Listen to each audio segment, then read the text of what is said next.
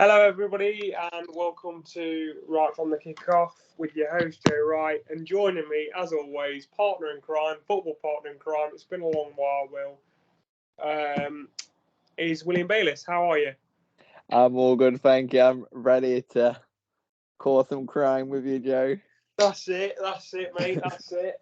So, obviously, it's going to be a bit of a different kind of show today. We're just going to be talking a bit about the international break. More so focused on England and kind of the setup there, and mainly Southgate and what we think about that. And then we're going to just give a bit of a overview of how we think the Premier League's gone so far, and just go through a few teams, how they've started, key players, who we've expected to start better than they have done, who started better than they have done. So let's get started. First question I've got to ask you, Will, and it's kind of one that we've been speaking about during the international break, is Southgate. Is his time up at England? What would you change in terms of the management setup? Because I have got to be honest with the feeling that me and you both been sharing, that Southgate isn't the man to take us forward. Yeah, well, like you say, we have been speaking about it a little bit, and I think we share a lot of the views which other England fans share, is that I personally feel that it's gone a little bit stale. Yes, Southgate has achieved so much. He brought a new life into international football, which we hadn't seen for like decades before, since our quotation marks golden generation in the mid 2000s, wasn't it, Joe? And he did instill a lot of promise, and obviously getting to the final of the Euros, getting to the semi final of the World Cup. But since then, everything's just starting to feel a bit predictable for England. I just want to get your thoughts on. Would you say England are predictable now? Yeah, I think to be honest, and it's kind of a nice little segue into the next section that I did want to bring up, which is kind of the players that he's picking.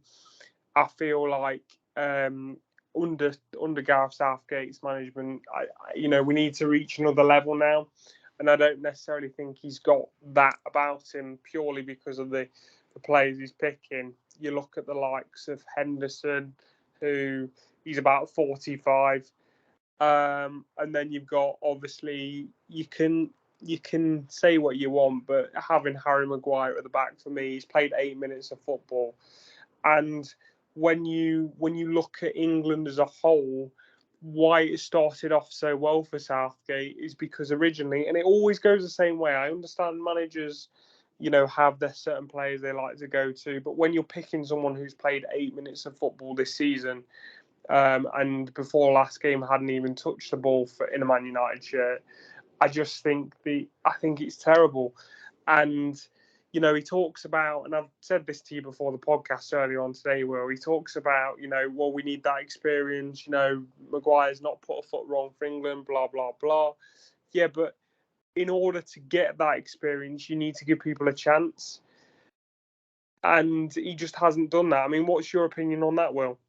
Yeah, well, I think he's been under a lot of pressure, and I think in his mind, it's not our reviews at all, but I think in his mind, he wants to play it safe. Like, he wants to have a safety blanket of, yes, he can trust these players. But at the same time, like we mentioned it before, it doesn't give the chance to any of the other young and up-and-coming players who definitely should be in the team. I know Tomori wasn't a team, but there's other instances like where Levi Caldwell. I know. Obviously, I mean, go on. I don't think he's ready, but I'd rather have him in the team than Harry Maguire. I'd rather have him. I'm not even looking at it in the context of is he ready, is he not. I'm talking about players who are now above Harry Maguire in the standings. And I'm sorry, Harry Maguire is just at Man U for the paycheck and nothing more at the moment. And it's I just, as an ex-Leicester fan, I'm trying not to be sour about this because, of course, I don't want it to come across as bitter. Sorry, as an ex-Leicester player, I should say, as an ex-Leicester fan. You're not one anymore, Joe. Yeah. I've it's just been a season, mate. No, but as an ex-Leicester player, you never want to come across as bitter because you don't want that to be the reason. I don't think this is out of the realms of possibility as to why I'm reacting like this. It's got nothing to do with the fact he used to play for Leicester or anything like that. I think it just comes down to his ability now. And and I don't think anyone would begrudge you of that either, Jay. No, not at all. Not at all. And now, moving on to kind of England's performance, and obviously we've got Scotland tonight as we're recording. Obviously, when this goes out, it might be past the game, so we do apologise for that. Yeah, we played really well. Yeah. I mean, winning 5-0, away from home, ridiculous. Or I can't believe we lost 3-0. They missed that chance. Yeah, there is that chance. But no, but yeah, so obviously it goes out, the recording goes out tomorrow, so obviously we don't know the result as of right now, but I'm not particularly confident.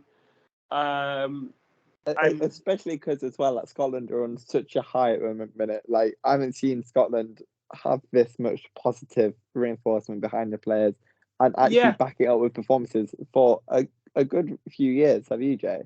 Yeah, not at all, not at all. You look at the fact that Scott McTominay, just talking about Scotland for a second, he's definitely playing higher up the pitch. And there's now a bit of an outcry with Man United, basically them saying, we want to try him in that role because he's scored something out 6 goals in 5 games, which for his record, not being an out-and-out goal-scoring midfielder, you think, well, where's that coming from? But maybe it's the system that they've got set up. But it's going to be very interesting. I think this is going to be one of the closest and heavily contested sort of Scotland-England games we've seen in a while. Could I just pose a question to you, Joe, regarding England and stuff and Southgate? I would say that Southgate is a better manager in terms of the ethos and everything on a non-footballing side in terms of the whole organisation of England. You can't doubt that he's done really well. The only question marks we have is his actual footballing manager ability in terms of the game. I just want to get your take on that. Would you say that the ethos around the team and the management of the actual, if it was a business, I know. setup, rather than because it's the same thing, and you do need both sides to work. But would you say he's stronger on one than the other? Yeah, no, 100%. I'd have to. I mean, obviously, I've not asked you about your opinions on it, but it seems like that's kind of what you're saying. And I'd agree. I think in terms of when Gareth Southgate took over, we were in a bit of turmoil. Obviously, we had Sam Allardyce before that. Only did one game because of scandal, and then obviously we just gone out the Euros. So would I say we're in a better position now? 100% I would. But like at the end of the day, you can say, are we in a better position? Or this is the international football, especially for a nation like England, is about trying to win trophies, and we've come so close, but we haven't won it.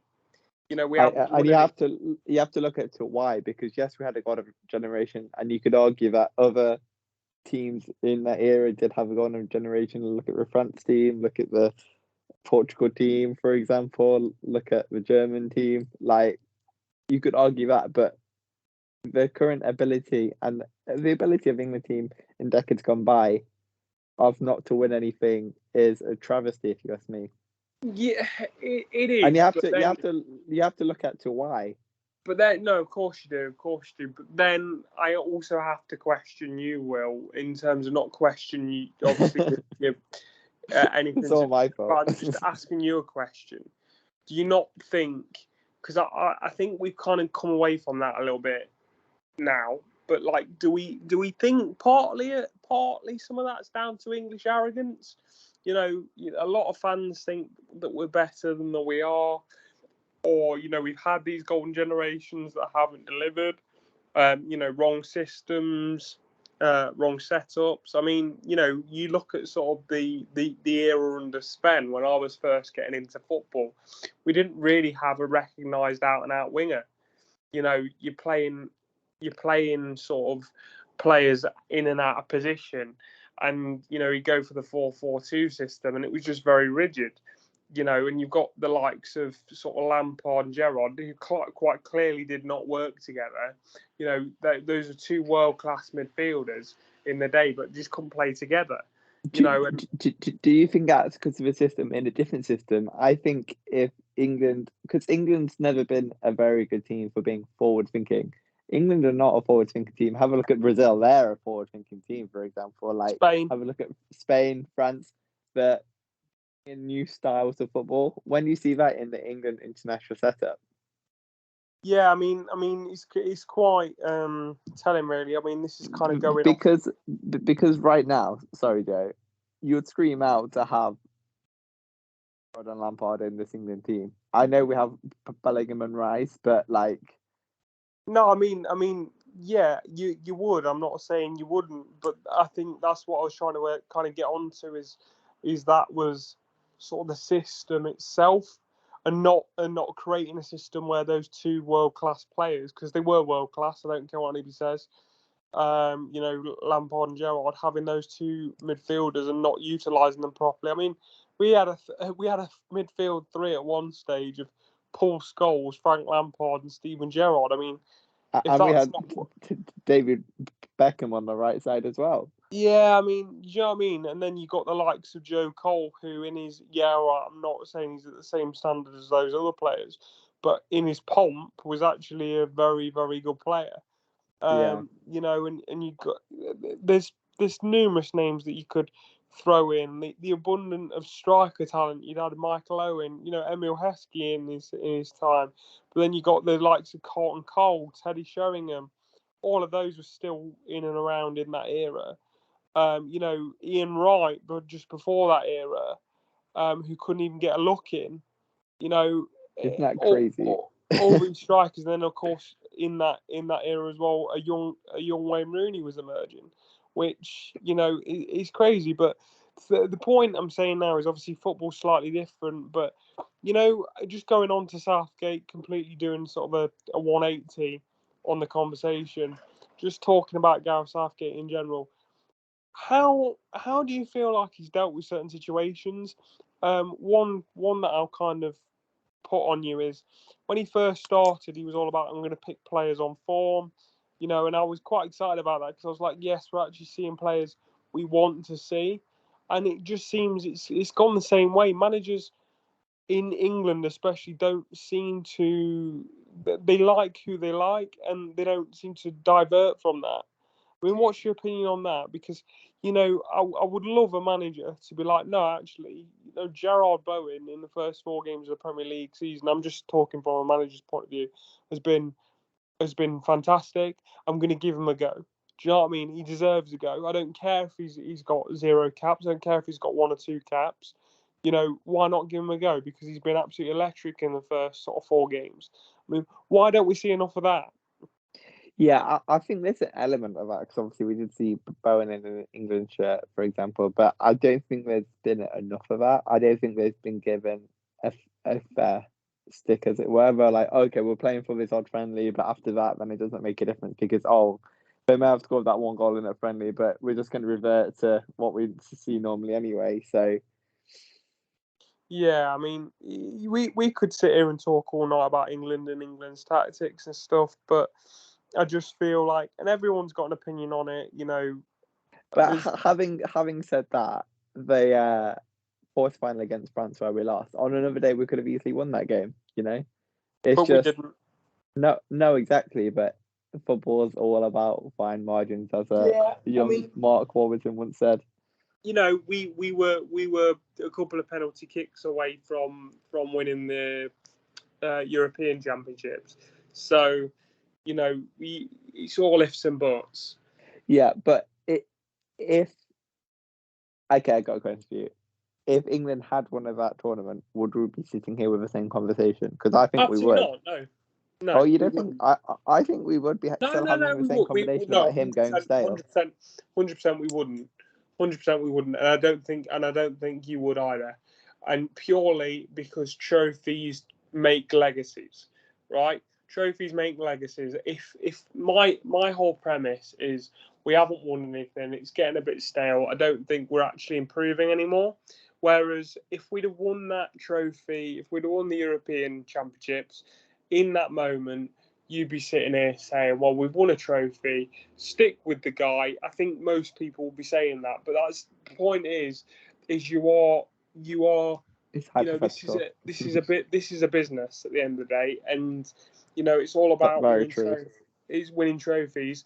If Gareth Southgate had a European Championships on his CV, nobody would even be questioning it now. But the point is what I'm trying to make is, and it's the same with what you said about France. Point is, it could have gone a different way. We could have won that penalty shootout, and it's weird that people are, I'm sitting there going, "Oh, we're only a couple of kicks away, Joe. Why are you being so harsh about it?" Yeah, but the point is, our name's not on that trophy. It's not on his CV. We didn't win it. We might as well have finished 10th at that point. We finished second, first loser. You know what I mean? Like, Do you think in some ways is easier as a football fan to finish 10th than it is second because there's a hope what kills you? Yeah, no, and especially with the way that we lost it. I remember. I mean, me and you watched it together. You can actually, if any of you want to go and visit our channel, you can actually see the podcast before and after that final. You can hear my tears in my voice. All the excitement. Yeah, but no, I think realistically, if we'd be sitting here and saying, this is happening, we've won it, we'd be having a completely different conversation. And I think it's all well and good for you saying, "Oh, I wouldn't have changed my opinion." I think it's very hard to look past people winning trophies. But at the same time, football fans are fickle. Even like Leicester fans, you would know, a few seasons after Leicester won the Premier League, the fans were saying it's not good enough. Like blah blah blah.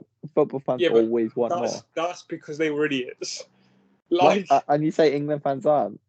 Yeah, no, I know they are, but like they are. Football fans are fickle. I'm just saying it. I'm just calling it as I see it. I think Gareth Southgate would have, I'd probably say 40-50% more backing had we won the European Championships. Yeah, and I want to hand that over to you guys as well. If you agree or disagree, please let us know in the comments below, because obviously these are just our opinions, aren't they, Joe? We're not right, we're not wrong. Yeah. It's just how we feel. Well, you're not right. No, well, you are Joe, right? After all. Yeah, exactly. Hence the name. Exactly.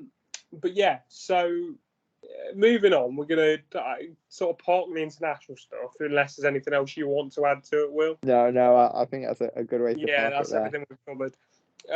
So we're going to go on to the Premier League, right? So we're going to, I think the way I want to do it is, and the way we are going to do it is, we're going to pick 3 teams each to talk about how they've done, because obviously we want to go through all the 20, but we're cut short for time.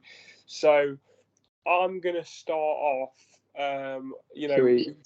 in terms of picking a team, and then you can pick the next one, Will, if that's all right. Yeah, we'll get like that. Yeah, that's fine. So my first team that I want to talk about is Luton Town. We're going to start right at the bottom. Yeah. Okay. Actually 19th, Joe, not quite the bottom. No, but I mean in that bottom 3. Yeah. So the reason I want to talk about Luton is because obviously they've come up from the Championship. They're a bit of a surprise story. Everyone's expecting them to go down. They've lost the first 3 games. Put in a valiant performance against West Ham on Friday Night Football before the international break. Where do you see Luton finishing this season? Do you think Rob Edwards is a good enough manager to keep them up? Obviously, he had his stint at Watford last year. He's had stints in lower league. So where do you see Luton finishing? Do you think they've recruited enough? What's your opinion on them? I think they've had their hands tied behind the back because they can't actually afford to, because they've only been a small club. I mean, in terms of the size of a club, they're not massive, so they don't have like revenues and infrastructure to be able to do that. Most of the money spent has been on the redevelopment of the stadium just to get it up to the precautions of the Premier League. So that should say all you need to know. Like, they deserve to go up. That's why they went up. And I don't think they should be put in there just to make the number. Like, they do deserve to be up there, but I do think they'll struggle. Having said that, although the first 3 games have been against top opposition, Chelsea, Brighton, and West Ham, like they're all Premier League quality teams. Say what you want about Chelsea, we'll get onto that later on, Joe. But they haven't. Yeah.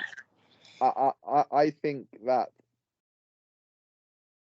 they play the likes of Everton or Burnley, that's when you'll see what Luton are really made of and give them a real inkling on of how they'll do over the season. I don't know what you think of that, Joe. Yeah, and also just want to point out as well, they gave the best game they gave themselves account was obviously when they're at home. They've had those renovations going into the league season, meaning the first two games were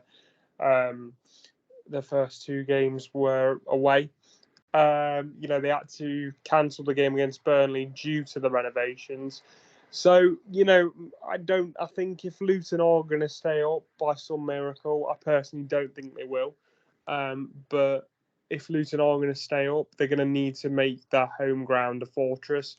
And obviously, we've only seen them play there once, and they did give a good account themselves against West Ham. Yeah, that's very true. I think obviously I'm not quite ready to be like they're going to be the worst team in Premier League history. I hope they're not, because I love the fact that Derby County are. Yeah, given that we're Forest and Leicester fans respectively, Yeah. But I mean, I'm supposed to be not biased, but if any Derby County fans are listening, I hope you're enjoying League One. But yeah, so just want to say that I think I would quite like it if Luton stayed up. I really would, but I just can't see it happening. I mean, I don't know about you. Where do you see them finishing? Do you see them finishing rock bottom? Is that all close, if I'm being honest, because I don't think they've been able to sign the players and Premier League qualities they need, because they signed Ross Barkley and he is a starter. That should say all you need to know. Yeah, and I also think that you look at the likes of Sheffield United and you look at the likes of Luton. Sheffield United aren't going to be mentioned in this segment, I don't believe. But I think they've both recruited to almost have good championship sides for when they go back down. That's how it feels. Yeah, and I'm briefly talking about Sheffield United. They're literally with a hand behind their back because they're in financial trouble as it is. So yeah. I have to say though, signing that Gus Hamer from Coventry, what a signing! He's a great player. Well, he scored against Forest, so yeah. Yeah, I mean, no, he's a like I say, great player, and he's also. But having said that, they have sold their 2 best players as well. I actually, just speaking about Coventry and Gus Hamer, I saw him play live against Leicester in the first game of the season. So, I know the quality he has. I know he is quality. But anyway, who do you want to talk about next, Will? So I've gone Luton's off the list. I want to talk about Newcastle now. Yep. Yeah, because at start, everyone thought they'll finish in the top 6, maybe even the top 4. But they're currently 14th with 3 points after the first 4 games. And I think they've been underperforming. Yes, they have been playing good opposition against Brighton, Liverpool, and Man City, and Newcastle as well. But do you think you've been underwhelmed by Newcastle this season so far? Oh, massively. And do you think Eddie Howe's in trouble? Massively so, yes. And here's some reasons why. I don't think Eddie Howe's in trouble. I think that's a separate question. But just to answer your first one, have I been underwhelmed? A couple of things. So obviously, you look at the first game. They smashed Villa 5-1, and you think, okay, here we go. They're cooking. So they started off really well. Then they play a Liverpool side, who, granted, are a good side. We know the quality that Liverpool possess. In Mo Salah, Darwin Núñez, Trent Alexander-Arnold, Robertson. And the new midfielder Szoboszlai. They look very, very good. Okay, so we know the quality they possess. However, they played the majority of that game with 10 men, and Newcastle 1-0 up. And Liverpool came back and obviously got the win with 10 men. Yeah. So that, for me, that should never happen in football. Should not happen in football. I know, everyone, you never know what the score is going to be, but if you get yourself into a winning position, you should never be losing a game. Never mind. Especially when you have the extra player, yeah. Yeah, of course. So, and they just didn't really seem to. Actually, I don't think the sending off helped. because they were doing But really well. it's weird. You see that so frequently, don't you? When the opposition get a player sent off, they kind of like galvanize to stick together a lot of the time. Like it's very rare. Well, not very rare, but you see it so commonly that they galvanize, stick together, put everyone behind the ball, and they're so hard to break down. I think it's interesting because going on to the Brighton game as well, I expected them to respond. You know, by the way, Brighton are a fantastic team, and I really rate them. So it wasn't an easy game. Don't get me wrong. But the fact of the matter is, they were very, very poor in that game. So, like, they were very poor. I mean, you know, I think Brighton were 3-0 up. Ferguson scored a hat-trick, and then Wilson got a consolation in it at the end. So it wasn't like Newcastle were ever in that game. You know, and you look at the way it was played, you know, Ferguson obviously scoring a hat-trick, defending was all over the place. It just didn't seem to be any real cohesion. I also have to say, just on Newcastle, and I'm going to point out one of their signings they made. Obviously, they've made that midfielder from AC Milan. I want to say Tosselai, is it? I believe Tenolius, right? Yeah. So he's obviously coming. He looks a good midfielder, but obviously, being a Leicester fan, I'm going to talk about Harvey Barnes. I mean, rather than me going on about Harvey Barnes and whether I think he's a great player, whether I think he's going to work at Newcastle, what's your impression of him and what do you think about him so far at Newcastle? Simply because, you know, he's been utilised off the bench mostly, started off well in the 5-1 win against Villa, but hasn't really done much since. What's your opinion? Yeah, I mean, I haven't seen too much of them, if I'm being honest, but I think what I have seen on him, he looks technically very good, but I think he might be just. Do you think he suits the Newcastle way out? I don't know. I think it might be a bit early to say, to be honest. The problem is with Harvey Barnes and James Maddison, to tell you the truth, is, you know, everybody's talking about James Maddison being the signing of the summer, right? And he's a very, very gifted footballer, same as Harvey Barnes. But going back to Harvey Barnes and Maddison as a set, is they can go missing. You know, you're talking to somebody who has seen these two players playing for their club week in, week out. And yeah, you'll be lucky with Harvey Barnes if you get one good game out of like 7. And that's my only concern with Newcastle. Everyone's like, look at his stats. But what I'm saying to you is, stats don't tell the full story. You can score 4 goals in a game, which I believe Harvey Barnes actually did for us once. He's definitely scored a couple of hat-tricks for us. But that's what you call stat padding, because he goes, oh, look, he scored 3 goals over 10 games. But if they only score 3 goals in one game and the rest of the 9, they're useless, what stats is that? Do you see what I'm saying? The way people look at stats now can sometimes be very, very. It's convoluted, isn't it? Very convoluted. And it'll be interesting because they'll have another tough task against Brentford before the Champions League game against AC Milan. So Newcastle will probably need a lot of the squad players. So Harvey Barnes might find himself starting one of those games. So it'll be interesting to see how he gets on in that game. Yeah, for sure. Okay, moving on to.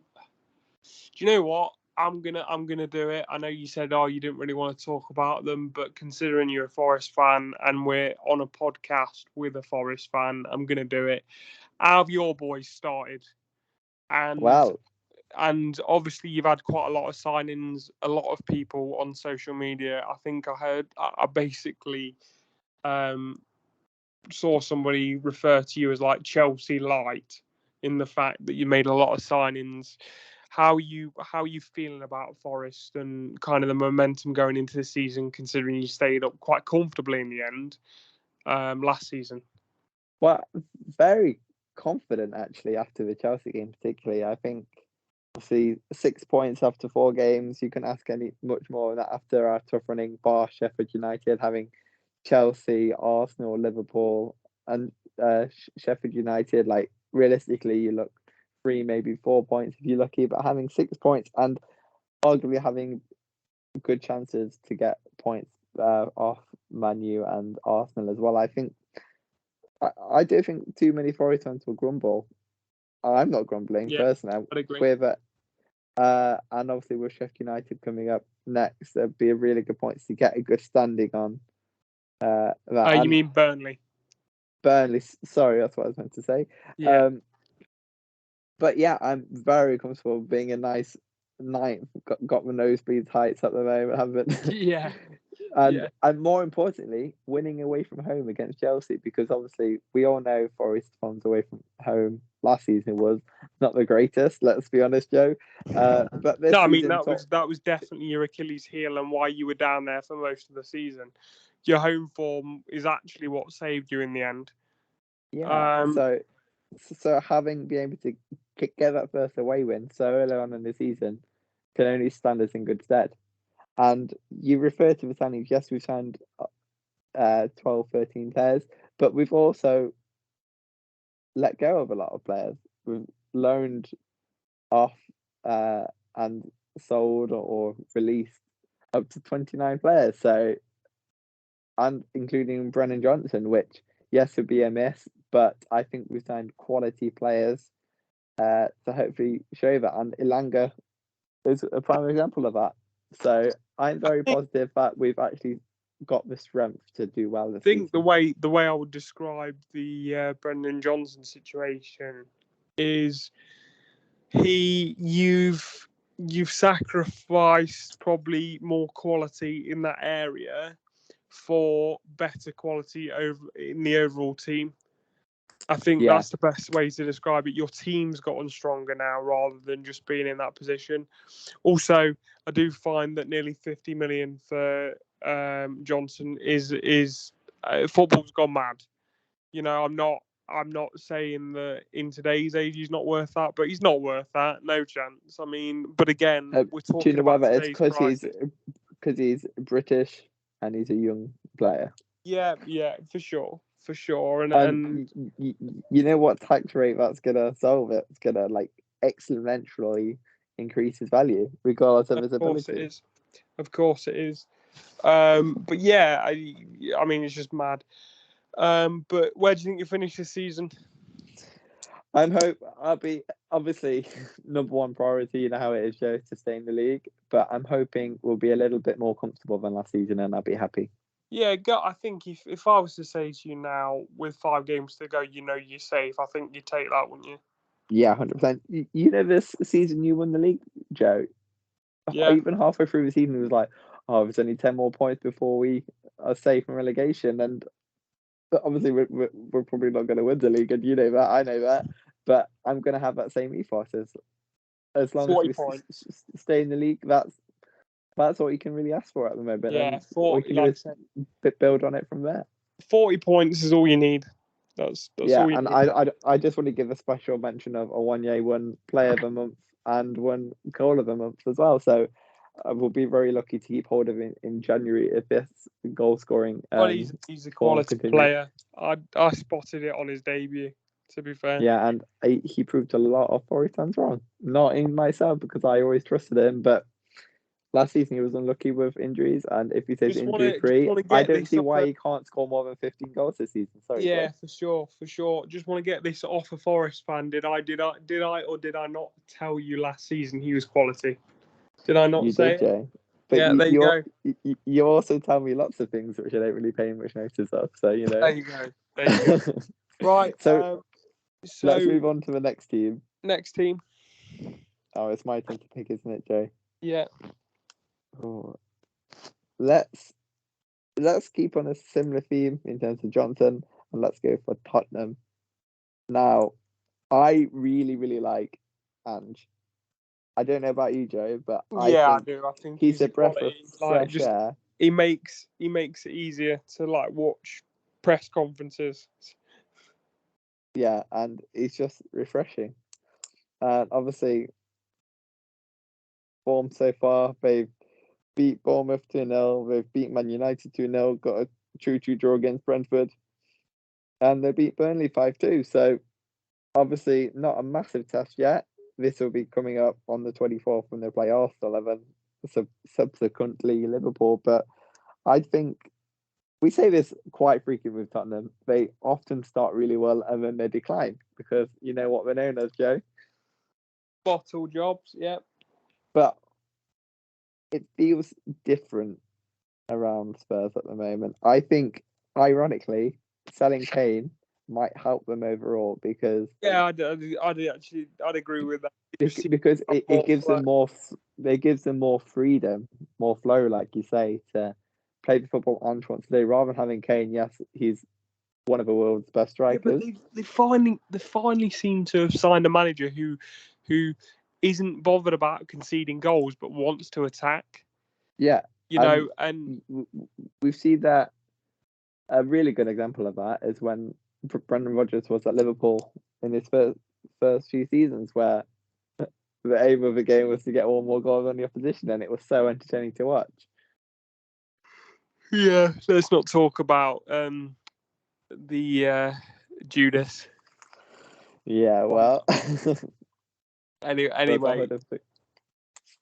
Yeah, but I think Tottenham will do well. Yeah, and I also think they've signed quite shrewdly as well. Obviously, James Maddison, quality player. I'm not going to change my mind on him just because he's wearing a Tottenham shirt. I think he is quality. I think Tottenham fans. Obviously, when he's sat having a Sunday roast, he likes to be the main man, doesn't he, Joe? So there you go. Exactly. And I feel like he's going to come. He's going to do some good things for Tottenham. All I will say to Tottenham fans is don't have a complete and utter meltdown if he does have a couple of off games, because he will do. If the issue is obviously in the Leicester squad, Maddison didn't have necessarily the quality around him to feed off. Whereas I feel like you've got the likes of Kulusevski, you've got the likes of Song, you've obviously got some really good midfielders in there for Tottenham. So I think Tottenham's overall quality is much higher than Leicester's, which means I think he's going to thrive in that squad, but we'll see what happens. But no, I think Tottenham have started off to a flyer, really. I don't think anybody expected them to get off that well, especially the win against United. You say they're not playing the hard teams, but Brentford aren't an easy team, Man U aren't an easy team, and I think a lot of teams also tip Burnley to do quite well this season in terms of not struggle. So it's just very interesting, and I think they've done very well so far. Yeah, I do, and hopefully that continues. Right, shall we move on to another team? I specifically don't want to talk about Man United because they could be under a whole episode of this, and frankly, we don't have time. Yeah. Yeah. So I think. Yeah, I think. Am I right to pick my last team and then you pick another one?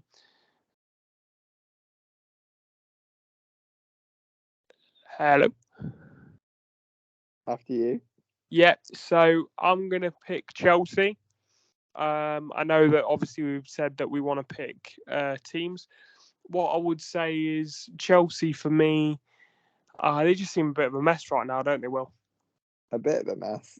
I like obviously Forest have beaten them at the weekend, but I think they just haven't looked great all season, have they? And I think Poch has a big job on his hands.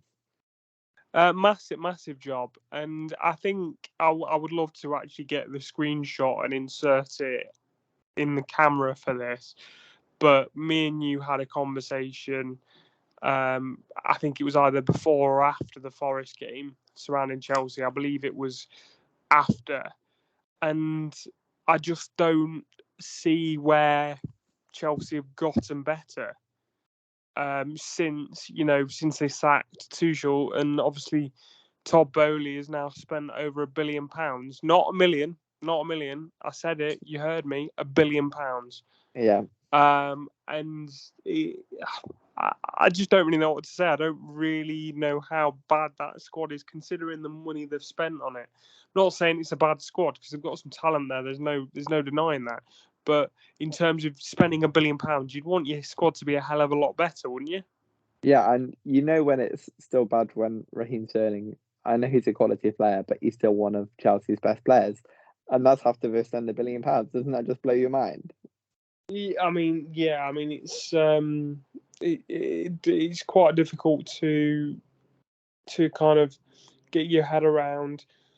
Obviously, I mean, for me personally, I don't know about you, but I've been kind of analysing this for a bit as well. I feel like they've signed too many number 10s. There's a lot of players that want to drop deep.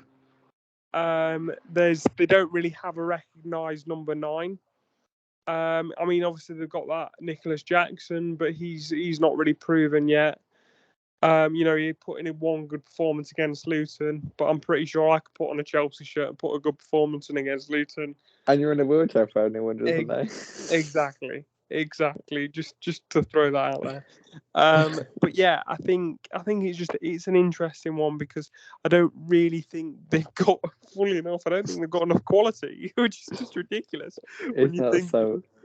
Yeah, I think with Chelsea, it might be a bit early to say. I think they probably do need time. Poch definitely needs time. Poch, there's no denying Poch is a quality manager. So yeah, I mean, none of this is aimed at the manager, by the way. These problems were happening way before Pochettino arrived. I'm not even looking at Poch for this rant because I don't think he's got anything to do with it, pretty much. Yeah, and I just have a thing that, the term more money than sense comes into it a little bit, don't you think? Yeah, and I think it's. I was talking to a Chelsea fan last week, and he said that he's come in and he's tried to make it's an American model, and it's very difficult to do that in the English game. Especially with the fans, we don't like things to be changed. We like the things we like the way we like them. We definitely don't want to Americanize any sports where you can't get any relegation or any kind of demotion or anything like that, because that sounds very Super League-ish to me. Yeah, I think that's a different issue in terms of the model at Chelsea at the moment. Yeah, for sure. Anyway, we'll pick the final team you want to discuss. The final team, let's make our way through. Cool, there's a lot of interesting ones we could talk about, but I'd like to actually talk about Crystal Palace. Interesting choice. Because they are obviously a comfortable Premier League team, but I think arguably an underrated team at the moment. I just want to get your opinion on that, because I think when you think of the Premier League, a lot of people would forget about Crystal Palace because they're not at the top, they're not at the bottom, they're just comfortable. But Yeah, I think they deserve to have the spotlight because they do have some quality players and they play exciting football. yeah. It's really weird when you look at sort of the last sort of 18 months for Crystal Palace in general. I'm talking about sort of the management and the backroom staff. Obviously, sack Roy Hodgson, get Vieira in, and you think, right, okay, they're trying to change the way they play, exciting. Sack Vieira, get back in Roy Hodgson, and you think, right, okay, they're gonna obviously get rid of him at the end of the season. Of course, then he signs a 1-year extension. So, I mean, I don't know. It just seems a bit. I think people like to hate on Roy Hodgson, but I think he's a quality manager and he's a lot more forward thinking what people give him credit for as well. Yeah, well, I mean, he in the sort of mid-90s to sort of late 90s was instrumental in taking football forward. I think he managed in sort of across the continent for a number of years. He's also been at Blackburn as well, sort of late 90s and stuff. And he was very instrumental in bringing a new forward way of thinking into football management into England. So when you're talking about, he's outdated, he plays this sort of, Sam Allardyce sort of bomb it forward football. He's completely different from Sam Allardyce. And he's got a very, very good footballing brain. Obviously, one of the oldest in the Premier League now. But yeah, I would never put any disrespect on Roy Hodgson's names because he's done it all. He's done it all, and he's quite clearly still good enough to be managing at this level. after what he did last season. I 100%, and I think they'll be fine from relegation this season. I think, I think they'll finish mid-table. So before we wrap up, Joe, I'm gonna get some thoughts of you. Obviously, I'll briefly talk about Leicester, but let's wrap up the Premier League for now. Get your top 4 predictions and your relegation-free predictions. Okay, top 4 predictions. I'm going Man City, Liverpool, to finish second. I don't think you can put Man City at anything other than top. Liverpool, Arsenal to finish third, and do I go United? No, I don't think I do. But who else? No, definitely not. You know what? I'm going to go for a rogue shout. I'm going to go Villa. I wasn't expecting that one. I'm going to go Villa. Yeah, top 4. So that's Man City, Liverpool, Arsenal, and Villa, top 4. And I think it's going to be Man City. Yeah. Liverpool. Yeah. Arsenal. Yeah. And I'm going to go Spurs. Yeah. You forgot about them, did you? Yeah, I did forget about them. There we go. I feel like your guess is probably slightly better than mine, but you know what? I'm sticking by my Villa. I'm not changing it. I hear your guys' predictions as well. Let us know in the comments below because we'd love to hear them, wouldn't we, Joe? And your bottom 3. My bottom 3. So I'm going to start from the bottom up. So I'm going to go Luton to finish 20th. Yeah. Sheffield United to finish 19th. Yeah. And Wolves to finish 18th. Wolves. Yeah. So I'm going to go very similar. I'm going to go... Actually, no. I'm changing the Wolves pick. I'm going Luton, Sheffield United, and finally, after they've been flirting with a relegation for years, I'm going Everton. I thought about going for Everton as well. I was hoping you wouldn't go for them to be a bit different. But okay, I'm going to go Luton, Sheffield United, and I heard that Everton could be getting bought by 777. But yeah, that's just come out how today, that goes. Yeah, I'm going to go Burnley just to be different. I want to go for Everton, but I'm going to go for Burnley to be a bit different than you. Okay. All right. Cool. But normally I probably would have gone Everton. But yeah, I'm going to go for that. And over to you, Joe. Leicester City. Now, you've had a very good start to life in the Championship, as expected. But you did lose your last match against Hull 1-0. What have you made of your season so far?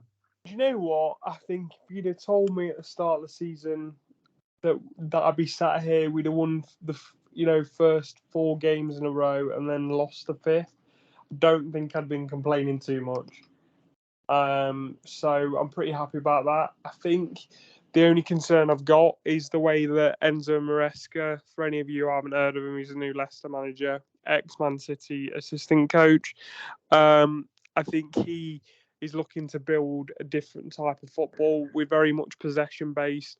We like to get the wingers involved a lot. We've got a lot of wing options coming off the bench now, which is ridiculous considering that we had very poor wing options going in. The signings we've made have been very shrewd. I'm very happy with those so far.